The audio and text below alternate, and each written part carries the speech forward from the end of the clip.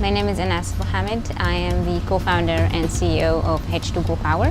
During the last 12 months, we have generated some momentum that we have not generated before.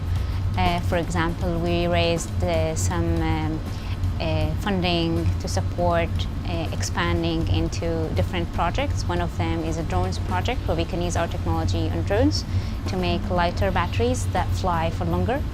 And as well, we're looking into implementing our technologies in buildings to see how we could contribute to accelerate generating smart cities and accelerate urban transitions. In my opinion, this is a simple approach to generating opportunities, not only for yourself as a visionary who you can see a problem and come up with a solution or come around the solution that someone else invented, but also trying to bring benefit and advantage to others.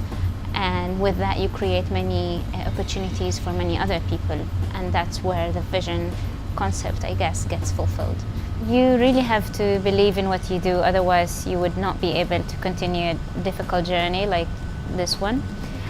And at the same time, everyone who builds a business that will touch many people's life, they will have many obstacles. And the fact that there are people who can overcome obstacles and focus on what they can do, that means that people can do it, and this is possible. These are the people that we would like to follow and we like to get motivation from to continue with this journey.